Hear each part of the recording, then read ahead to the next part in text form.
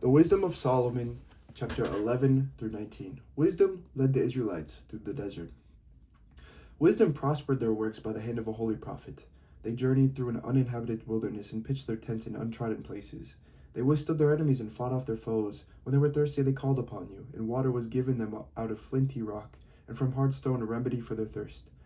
For though the very things by which their enemies were punished, they themselves received benefit in their need. Instead of the fountain of an ever-flowing river, stirred up and defiled with blood, and rebuked for the decree to kill the infants, you gave them abundant water unexpectedly, showing by their thirst at the time that you punished their enemies. For when they were tried, they were being disciplined in mercy.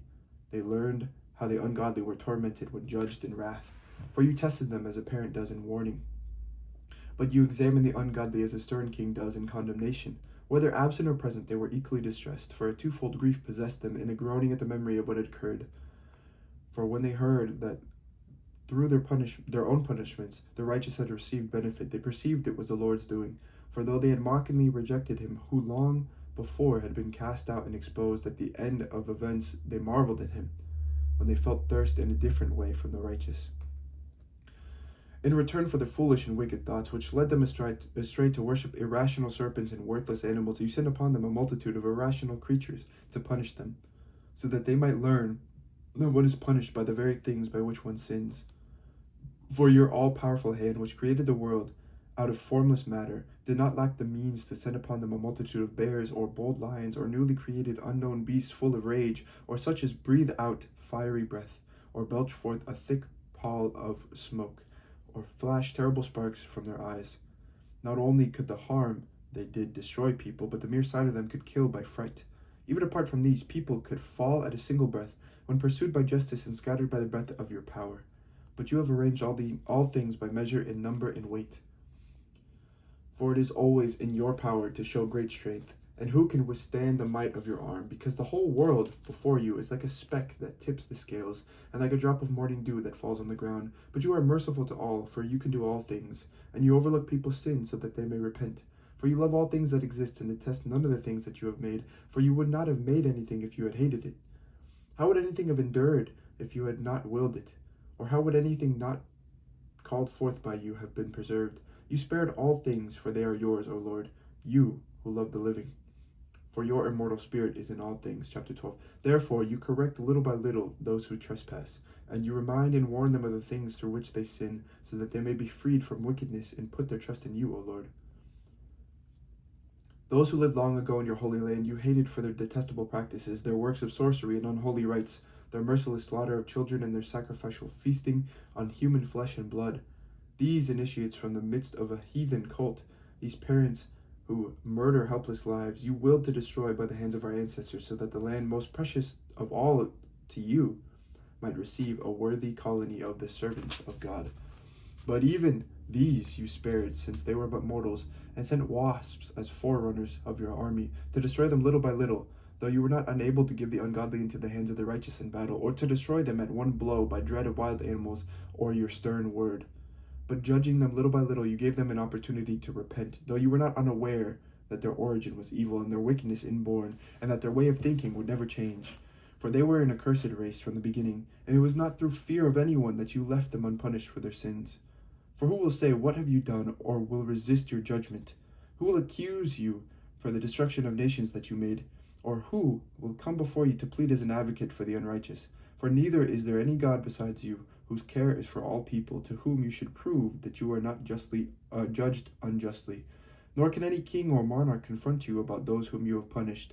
You are righteous, and you rule all things righteously, deeming it alien to your power to condemn anyone who is not deserved to be punished. For your strength is the source of righteousness, and your sovereignty over all causes you to spare all. For you show your strength when people doubt the completeness of your power, and you rebuke any insolence among those who know it. Although you are sovereign in strength, you judge with mildness, and with great forbearance you govern us, for you have power to act whenever you choose. Through such works you have taught your people that the righteous must be kind, and you have filled your children with good hope. because you give repentance for sins. For if you punished with such great care and indulgence the enemies of your servants and those deserving of death, granting them time and opportunity to give up their wickedness, with what strictness you have judged your children, to whose ancestors you gave oaths and covenants full of good promises. So while chastening us, you scourge our enemies 10,000 times more, so that when we judge, we might meditate upon your goodness, and when we are judged, we may expect mercy. Therefore, those who lived unrighteously in a life of folly, you tormented through their own abominations, for they went far astray on the paths of error. Accepting as gods those animals that even their enemies despised, they were deceived like foolish infants. Therefore, as though to children who cannot reason, you sent your judgment to mock them. But those who have not heeded the warning of mild rebukes will experience the deserved judgment of God. For when in their suffering they became incensed at those creatures that they had thought to be gods, being punished by means of them, they saw and recognized as the true God the one whom they had before refused to know. Therefore, the utmost condemnation came upon them. The foolishness of nature worship, chapter 13. For all the people who were ignorant of God were foolish by nature, and they were unable from the good things that are seen to know the one who exists, nor did they recognize the artisan while paying heed to his works. But they supposed that either fire or wind or swift air or the circle of stars or turbulent water or the luminaries of heaven were the gods that rule the world. If they delight in the beauty of these things, people assume them to be gods. Let them know how much better than these is their Lord, for the Creator of beauty created them. And if people were amazed at their power and working, let them perceive from them how much more powerful is the one who formed them. For from the greatness and beauty of created things comes a corresponding perception of their Creator. Yet these people are little to be blamed, for perhaps they go astray while seeking God and desiring to find Him. For while they live among His works, they keep searching, and they trust in what they see, because the things that are seen are beautiful. Yet again, not even they are to be accused, for if they had power to know so much that they could investigate the world, how did they fail to find sooner the Lord of these things? But miserable, with their hopes set on dead things, are those who give the name of gods to the works of human hands, gold and silver fashioned with skill and likeness of animals, or a useless stone, the work of an ancient hand. A skilled woodcutter may saw down a tree easy to handle, and skillfully strip off all of its bark, and then with a pleasing workmanship make a useful vessel that serves life's needs, and burn the cast-off pieces of his work to prepare his food and eat his fill. But a cast-off piece from among them, useful for nothing, a stick crooked and full of knots, he takes and carves with care at his leisure, and shapes it with skill gained in idleness. He forms it in the likeness of a human being, or makes it like some worthless animal, giving a coat of red paint and coloring its surface red, and covering every blemish in it with paint. Then he makes a suitable niche for it, and sets it in the wall, and fastens it there with iron. He takes thought for it, so that it may not fall, because he knows that it cannot help itself, for it is only an image and has need of help. When he prays about possessions and his marriage and children, he is not ashamed to address a lifeless thing. For health he appeals to a thing that is weak. For life he prays to a thing that is dead. For aid he entreats a thing that is utterly inexperienced. For a prosperous journey, a thing that cannot take a step. For money-making and work and success with his hands, he asks strength of a thing whose hands have no strength. Folly of a navigator praying to an idol. Chapter 14. Again, one preparing to sail and about to voyage over raging waves calls upon a piece of wood more fragile than the ship that carries him. For it was desire for gain that planned the vessel, and wisdom was the artisan who built it. But it is your providence, O Father, that steers its course, because you have given it a path in the sea and a safe way through the waves, showing that you can save from every danger, so that even a person who lacks skill may put to sea. It is your will that works of your wisdom should not be without effect. Therefore people trust their lives even to the smallest piece of wood, and passing through the billows on a raft, they come safely to land. For even in the beginning, when arrogant giants were perishing, the hope of the world took refuge on a raft, and guided by your hand left to the world the seed of a new generation. For blessed is the wood by which righteousness comes. But the idol made with hands is accursed, and so is the one who made it, he for having made it, and the perishable thing because it was named God. For equally hateful to God are the ungodly in their ungodliness. For what was done will be punished together with the one who did it. Therefore there will be a visitation also upon the heathen idols, because though a part of what God created, they became an abomination, snares for human souls, and a trap for the feet of the foolish. For the idea of making idols was the beginning of fornication, and the invention of them was the corruption of life. for they did not exist from the beginning, nor will they last forever. For though human vanity, or for through human vanity, they entered the world, and therefore their speedy end has been planned. For a father, consumed with grief at the untimely bereavement, made an image of his child who had been suddenly taken from him. He now honored as a god what was once a dead human being, and handed on to his dependents secret rites and initiations. Then the ungodly custom, grown strong with time, was kept as a law, and at the commandment of monarchs carved images were worshipped. When people could not honor monarchs in their presence, since they lived at a distance, they imagined their appearance far away, and made a visible image of the king whom they honored, so that by their zeal they might flatter the absent one as though present. Then the ambition of the artisan impelled even those who did not know the king to intensify their worship. For he, perhaps wishing to please his ruler, skillfully forced a likeness to take more beautiful form, and the multitude, attracted by the charm of his work, now regarded as an object of worship the one whom shortly before they had honored as a human being. And this became a hidden trap for humankind, because people, in bondage to misfortune or to royal authority, bestowed on objects of stone or wood the name that ought not to be shared. Then it was not enough for them to err about the knowledge of God, but through living in great strife, due to ignorance, they called such great evils peace. For whether they kill children in their initiations, or celebrate secret mysteries, or hold frenzied revels with strange customs, they no longer keep either their lives or their marriages pure, but they either treacherously kill one another or grieve one another by adultery. And all is a raging riot of blood and murder, theft and deceit, corruption, faithlessness, tumult, perjury, confusion over what is good, forgetfulness of favors, defiling of souls, sexual perversion, disorder in marriages, adultery and debauchery. For the worship of idols, not to be named, is the beginning and cause of and end of every evil. For their worshippers either rave in exultation, or prophesy lies, or live unrighteously, or readily commit perjury. For because they trust in lifeless idols, they swear wicked oaths and expect to suffer no harm. But just penalties will overtake them on 2 counts: because they thought wrongly about God in devoting themselves to idols, and because in deceit they swore unrighteously through contempt for holiness. For it is not the power of the things by which people swear, but the just penalty for those who sin, that always pursues the transgressions of the unrighteous. Benefits of worshiping the true God, chapter 15. But you, O God, our God, are kind and true, patient and ruling all things in mercy. For even if we sin, we are yours, knowing your power.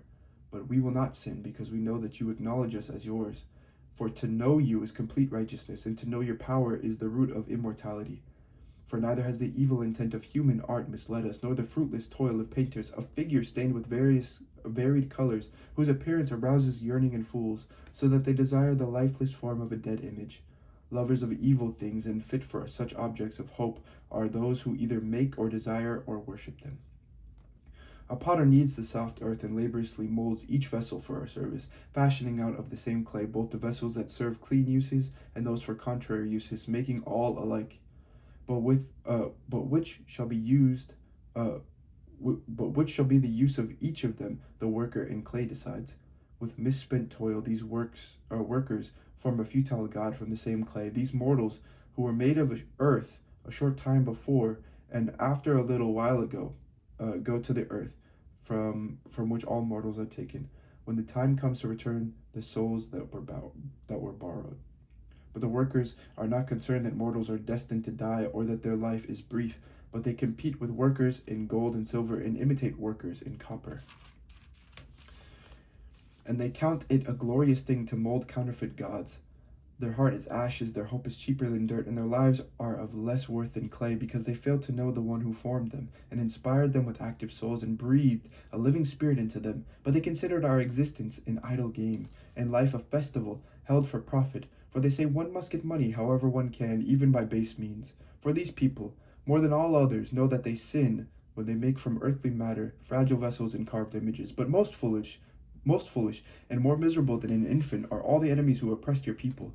For they thought that all their heathen idols were gods, though these have neither the use of their eyes to see with, nor nostrils with which to draw breath, nor ears with which to hear, nor fingers to feel with, and their feet are of no use for walking. For a human being made them, and one whose spirit is borrowed formed them. For none can form gods that are like themselves. People are mortal, and what they make with lawless hands is dead.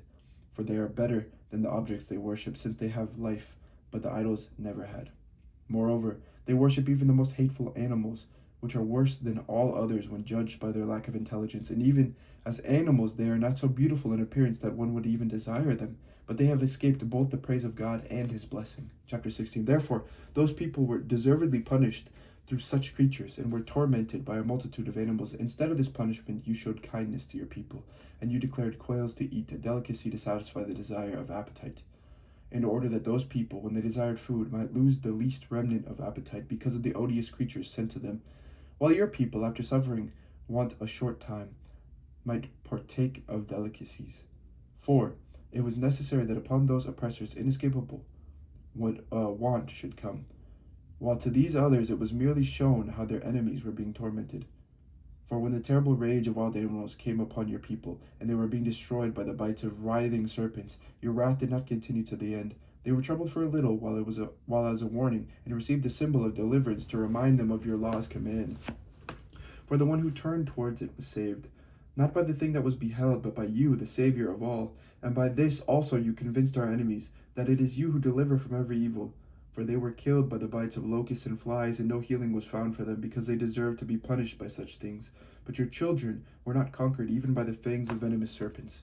For your mercy came to their help and healed them, to remind them of your oracles. They were bitten, and then were quickly delivered, so that they would not fall into deep forgetfulness and become unresponsive to your kindness. For neither herb nor poultice cured them, but it was your word, O Lord, that heals all people. For you have had power over life and death. You lead mortals down to the gates of Hades and back again. A person in wickedness kills another, but cannot bring back the departed spirit, or set free the imprisoned soul. To escape from your hand is impossible. For the ungodly, refusing to know you, were flogged by the strength of your arm, pursued by unusual rains and hail and relentless storms, and utterly consumed by fire. For, most incredible of all, in water, which quenches all things, the fire had still greater effect, for the universe defends the righteous. At one time the flame was restrained, so that it might not consume the creatures sent against the ungodly, but that seeing this they might know that they were being pursued by the judgment of God. And at another time, even in the midst of water, it burned more intensely than fire, to destroy the crops of the unrighteous land. Instead of these things, you gave your people food of angels, and without their toil you supplied them from heaven with bread ready to eat, providing every pleasure and suited to every taste. For your sustenance manifested your sweetness towards your children. And the bread, ministering to the desire of the one who took it, was changed to suit everyone's liking.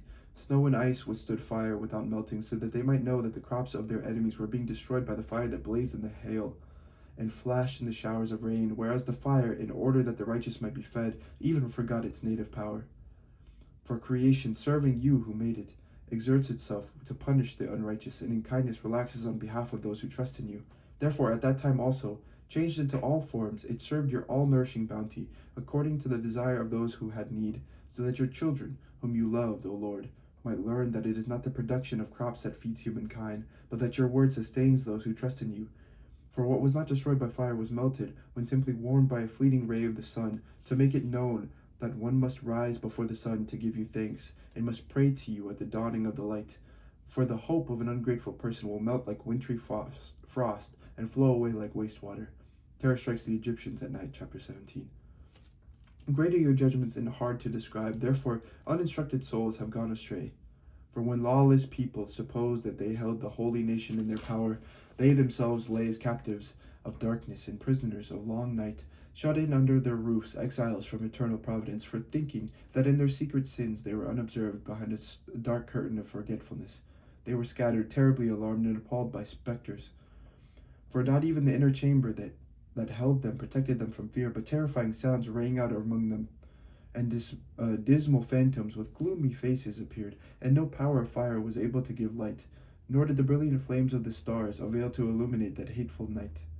Nothing was shining through to them except a dreadful self-kindled fire, and in terror they deemed the things that they saw to be worse than that unseen appearance. The delusions of their magic art lay humbled, and their boasted wisdom was scornfully rebuked. For those who promised to drive off the fears and disorders of a sick soul were sick themselves with ridiculous fear. For even if nothing disturbing frightened them, yet scared by the passing of wild animals and the hissing of snakes, they perished in trembling fear, refusing to look even at the air, though it nowhere could be avoided. For wickedness is a cowardly thing, condemned by its own testimony, distressed by conscience. It has always exaggerated the difficulties.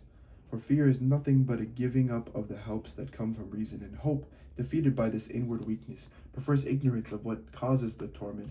But throughout the night, which was really powerless, and which came upon them from the recesses of powerless Hades, they all slept the same sleep, and now were driven by monstrous specters, and now were paralyzed by their soul surrender. For sudden and unexpected fear overwhelmed them, and whoever was there fell down, and thus was kept shut up in a prison not made of iron. For whether they were farmers or shepherds or workers who toiled in the wilderness, they were seized and endured the inescapable fate, for with one chain of darkness they were all bound. Whether there came a whistling wind or a melodious sound of birds in the widespread branches, or the rhythm of violently rushing water, or the harsh cracks of rocks hurled down, or the unseen running of leaping animals, or the sound of the most savage roaring beasts, or an echo thrown back from a hollow of the mountains, it paralyzed them with terror. For the whole world was illuminated with brilliant light, and went about its work unhindered, while over those people alone a heavy night was spread, an image of the darkness that was designed to receive them, but still heavier than darkness were they to themselves. Light shines on the Israelites, chapter 18. But for your holy ones there was very great light. Their enemies heard their voices, but did not see their forms, and counted them happy for not having suffered, and were thankful that your holy ones, though previously wronged, were doing them no injury, and they begged their pardon for having been at variance with them. Therefore you provided a flaming pillar as a guide for your people's unknown journey, and a harmless sun for their glorious wandering. For their enemies deserved to be deprived of light and imprisoned in darkness, those who had kept your children imprisoned, through whom the imperishable light of the law was to be given to the world. When they had resolved to kill the infants of your holy ones, and one child had been abandoned and rescued, you in punishment took away a multitude of their children, and you destroyed them altogether by a mighty flood. That night was made known beforehand to our ancestors, so that they might rejoice in sure knowledge of the oaths in which they trusted. The deliverance of the righteous and the destruction of their enemies were expected by your people. For by the same means by which you punished our enemies, you called us to yourself and glorified us. For in secret the holy children of good people offered sacrifices, and with one accord agreed to the divine law, so that the saints would share alike the same things, both blessings and dangers, and already they were singing the praises of their ancestors. But the discordant cry of their enemies echoed back, and their piteous lament for their children was spread abroad. The slave was punished for the same penalty as the master, and the commoner suffered the same loss as the king, and they altogether, by one form of death, had corpses too many to count. For the living were not sufficient even to bury them, since in one instant their most valued children had been destroyed. For though they had disbelieved everything because of their magic arts, yet when their firstborn were destroyed, they acknowledged your people to be God's child. For while gentle silence enveloped all things, and night in its swift course was now half gone, your all-powerful word leapt from heaven, from the royal throne, into the midst of the land that was doomed, a stern warrior carrying the sharp sword of your authentic command, and stood and filled all things with death, and touched heaven while standing on the earth. Then at once apparitions and dreadful dreams greatly troubled them, and unexpected fears assailed them, and one here and another there, hurled down half dead, made known why they were dying, for the dreams that disturbed them forewarned them of this, so that they might not perish without knowing why they suffered. The experience of death touched also the righteous, and a plague came upon the multitude in the desert, but the wrath did not long continue, for a blameless man was quick to act as their champion. He brought forward the shield of his ministry, prayer and propitiation by incense. He withstood the anger and put an end to the disaster, showing that he was your servant. He conquered their wrath, not by strength of body, not by force of arms, but by his word he subdued the avenger, appealing to the oaths and covenants given to our ancestors. For when the dead had already fallen on one another in heaps, he intervened and held back the wrath, and cut off its way to the living. For on his long robe the whole world was depicted, and the glories of the ancestors were engraved on the 4 rows of stones, and your majesty was on the diadem upon his head. To these the destroyer yielded that he feared, for merely to test the wrath was enough. The Red Sea, chapter 19. But the ungodly were assailed to the end by pitiless anger, for God knew in advance even their future actions, how though they themselves had permitted your people to depart and hastily sent them out, they would change their minds and pursue them. For while they were still engaged in mourning and were lamenting at the graves of their dead, they reached out another foolish decision, and pursued as fugitives those whom they had begged and compelled to leave. For the fate they deserved drew on them to this end, and made them forget what had happened, in order that they might fill up the punishment that their torments still lacked, and that your people might experience an incredible journey. but they themselves might meet a strange death. Strange death. For the whole creation in its nature was fashioned anew, complying with your commands, so that your children might be kept unharmed. The cloud was seen overshadowing the camp, and dry land emerging where the water had stood before, an unhindered way out of the Red Sea, and a grassy plain out of the raging waves, where those protected by your hand passed through as one nation after gazing on marvelous wonders. For they ranged like horses and leapt like lambs, praising you, O Lord, who delivered them. For they still recalled the events of their sojourn, how instead of producing animals, the earth brought forth gnats, and instead of fish, the river spewed out vast numbers of frogs. Afterwards, they saw also a new kind of birds, when desire led them to ask for luxurious food. For to give them relief, quails came up from the sea. The punishments did not come upon the sinners without prior signs and the violence of thunder, for they justly suffered because of their wicked acts, and they practiced a more bitter hatred of strangers. Others had refused to receive strangers when they came to them, but these made slaves of guests who were their benefactors. And not only so, but while punishment of some sort will come upon the former for having received strangers with hostility, the latter having first received them with festal celebrations, afterwards afflicted with terrible sufferings, those who had already shared the same rights. They were stricken also with the loss of sight, just as those at the door of the righteous man, when surrounded by yawning darkness. All of them tried to find the way through their own doors. For the elements change places with one another, as on a harp the notes vary the nature of the rhythm, while each note remains the same. This may be clearly inferred from the sight of what took place, for land animals were transformed into water creatures, and creatures that swim moved over to the land. Fire, even in water, retained its normal power, and water forgot its fire-quenching nature. Flames, on the contrary, failed to consume the flesh of the perishable creatures that walked among them, nor did they melt the crystalline, quick-melting kind of heavenly food. For in everything, O Lord, you have exalted and glorified your people, and you have not neglected to help them at all times and in all places. This is the word of the Lord. Thanks be to God. And that was the end of the Wisdom of Solomon. Thank you for listening, and may God bless you this day. Amen. Take care. Bye-bye.